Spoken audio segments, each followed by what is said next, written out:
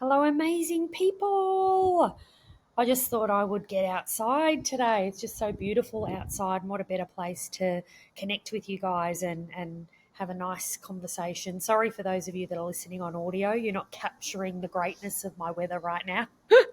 You can hear it. I don't know if you can hear the birds and the wind and whatever else, but I wanted to talk to you guys about something interesting that I think is really relevant to consumers and economy right now, particularly in the sales and marketing space. But I do also want to disclaimer some of this stuff because there are definitely individuals buying and investing in hair and beauty services right now. Right? There's definitely I think that sometimes the industry gets very caught up in the doom and gloom of economic climate, and they might have had a couple of examples of clients that might be stretching out their appointments or refusing home care or whatever that might be. And then there's this sort of panic station experience of, oh my gosh, this is really getting out of control. Nobody wants to spend money. Nobody wants to invest. Nobody is committed these days. Like, things are really starting to shift and change economically for people. And to a certain degree, we can't ignore the fact that the economy at the moment is presenting very, very challenging financial difficulties for people. Obviously interest rates have risen, and that's having an impact on consumer spending and disposable income and all of that sort of stuff. So I don't want to neglect the fact that this is happening. But I don't want to dramatize it either, in the sense that this is everybody and every person, and we need to be readjusting our whole business model to suit the catastrophe that's happening around the changes in consumer buying and client behavior. So, but I do want to share some strategy with you because we can't ignore it.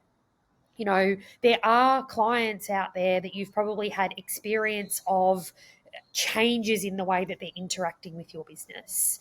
Some of these changes could include things like stretching out appointments. It could be that they were visiting you 4 weekly if they're a skin client, 2 weekly if they're a lash client, 6 or 8 weekly if they're a color client, whatever that might be.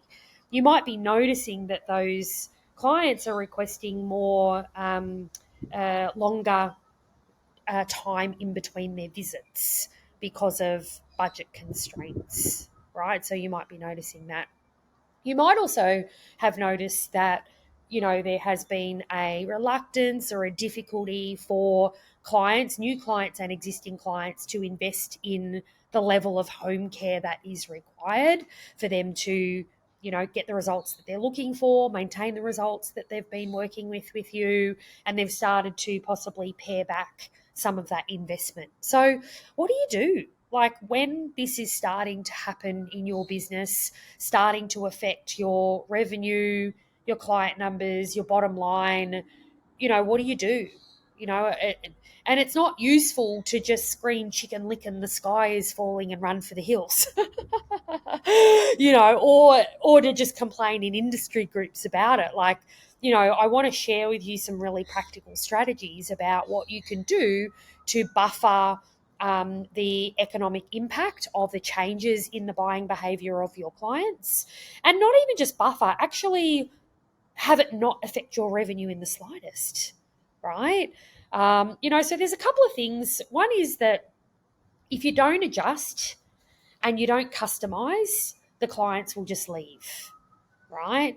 And you don't want that to happen. If you have, and it's tricky because I know in this industry, for example, we look at the skin industry, we're really passionate about, and hair and beauty, we're really passionate about being able to get people results, right? But sometimes that means we're really rigid and really stubborn around the treatment plan or the service plan and the home care that they need to take, and we sort of dig our heels in on that, and it's like, well, that's going to be the thing that gets the results. What I would say to you is that you need to soften that approach. Okay, that you can't, if somebody has budget constraints, like they're not able to invest the money that you would like them to, you need to be able to work with them on that. Okay, and it's not ideal. We get that it's not going to get the outcomes in the desired timeframes, or maybe at the level that they were looking for. But your willingness to work with them on where they're at, if they're budget conscious, maybe they don't have $500 to spend on a few products, then working with what they do have to spend, even though it's not ideal, is incredibly important, right? The other side of this is, in terms of their frequency of visit, okay, they might not be able to attend at the frequency that you would like, right? But attending at some level of frequency is better than nothing, right? So being able to adjust, customize, and adapt to what they can work with and what they can commit to is going to be critical in terms of retaining these clients through this economic instability, right? And because it's really important, if you don't customize and adapt to the changes in the buyer's capacity, you will lose these clients, which means that there's far more devastating consequences on your business and your revenue if you just continue to lose clients altogether and have clients just completely not able to attend and not able to continue to get their treatments and their services, right? So, in my opinion, something is better than nothing, right? We need to let the egos go a little bit with this and show a willingness to work with people with where they're at. Doesn't mean that we don't still prescribe and recommend, the Holy Grail. We still do that, but we also need to demonstrate a willingness to go, right, well, if this is the ideal for you, I'm curious to know whether there's any limitations to that, whether there's any, consciousness around the level of investment that you can make in time or money, or, you've got to ask the questions. If you don't ask the questions, what is likely to happen is you get a response that is something along the lines of, oh, can I let you know? Oh, no, I won't book my next appointment now. I'll call you up. I don't have my roster. All of that stuff that we're so familiar with. What they're really saying to you in that moment, if you haven't presented something that is conscious of their limitations and what they're able to commit to and what they're able to invest in that time, is basically they can't do what you're asking them to do, so they're just going to tap out. That's what they're saying to you in a nutshell, right? So that's one part of it. The other part of it is it's never been more important now that if you're experiencing these fluctuations in client commitment and revenue due to existing clients not being able to commit in the same ways, it's incredibly important that you still have, or you look at new client acquisition marketing, right? Really important.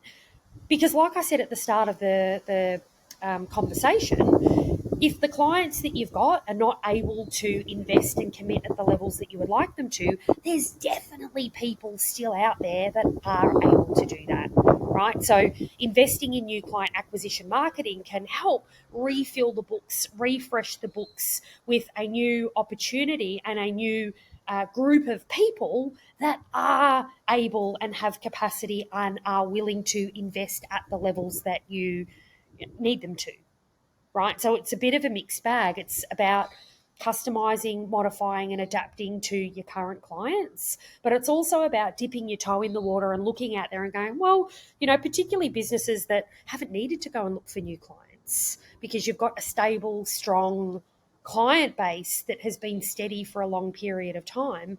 What I'm hearing in the industry that is changing, it means that you might need to go out there and find some more people, find some more clientele to help achieve those outcomes that they're looking for through new client acquisition marketing. So, in my opinion, it's not doom and gloom.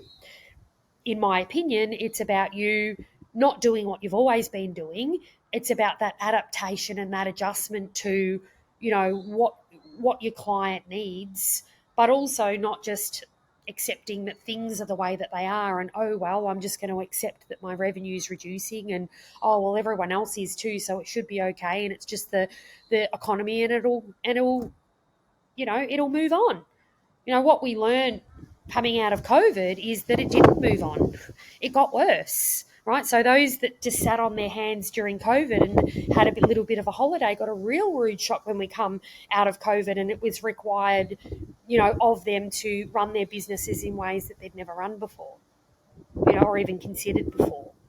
So, my key takeaway or my key learning for you guys out of this is about the fact that you need to adapt and change to the times, right? You need to be able to ensure that your business is fluid enough to be responsive to market fluctuations, client changes in, consumer behavior, all of that sort of stuff. And the ones that do adjust, the businesses that do, are the ones that win at the end of the day.